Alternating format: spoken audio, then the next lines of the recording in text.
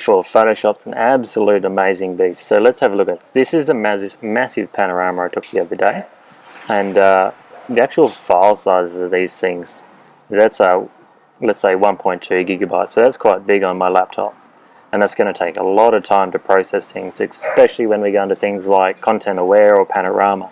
But I'll show you how we can get around that and test with certain images. So firstly, let's just go to image. It's actually quite easy.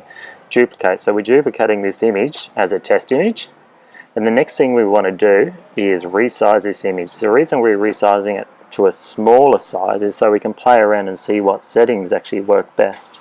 So I know 2000 pixels or 3000 pixels is probably an A4, but let's go 2000 pixels across and click OK. So now anything we do in Photoshop, content aware, or we can just test and adjust, and once we've done that we can go back and delete this image, and just close it anyway, and start editing on this image. So when it does the processing time, we know we've got the right settings, and voila!